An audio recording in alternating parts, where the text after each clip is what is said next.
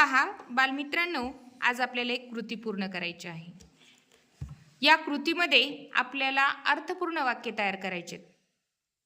आधी तुम्ही मला सांगायचे आहेत आणि नंतर ते लिहायचे पण आहेत। बघा, इथं एक गोल चक्र दिलेलं आहे। याला वारली चित्रकला म्हणतात, वारली पेंटिंग। काय म्हणतात? वारली पेंटिंग। बघा, बाजूनी काही शब्द दिलेले आहेत आणि मध्ये फक्त 4 शब्द दिलेले आहेत। कोणते 4 शब्द दिलेले आहेत? पूस, घाल, काप, वाजव। आणि बाजूनी खूप सारे शब्द दिलेले आहेत।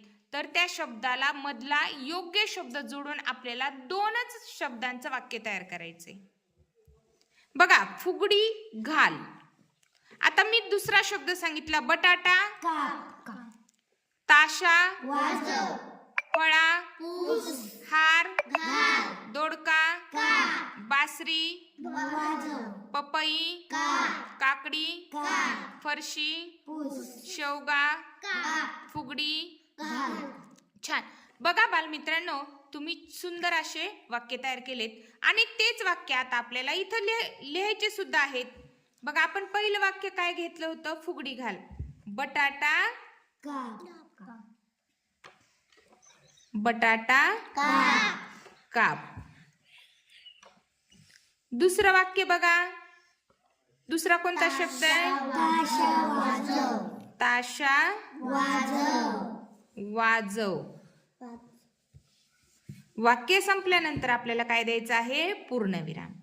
पुढचं बघा, कोणता शब्द आहे? फळा पूस, पूस। पुढचा शब्द हार, घाल, हार घाल, घाल। छान। त्याच्या पुढचा शब्द दोडका, काप, दोडका काप। काप। बघा, आता इथं ओळ संपलेल्या आहेत, आपण याच्या पुढच्या ओळीत सुद्धा लिहू शकतो। पुढचा शब्द काय आहे? बघा, फरशी पूस, बासरी वाजव, बासरी वाजव, वाजव, पपई काप, पपई काप, काप, काकडी काप, काकडी काप,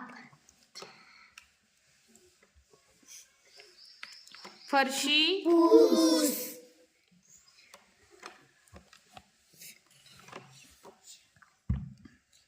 पूस, शेवगा काप।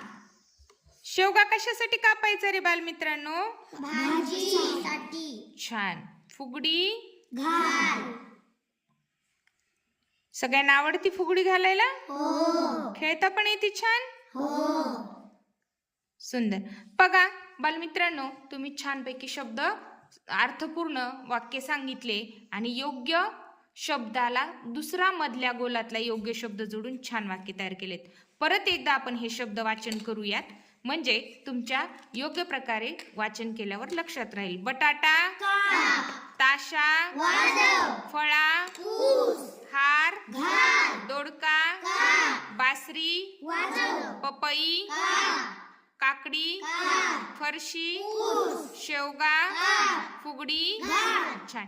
या पद्धतीने आपल्याला छान पद्धतीने वाक्य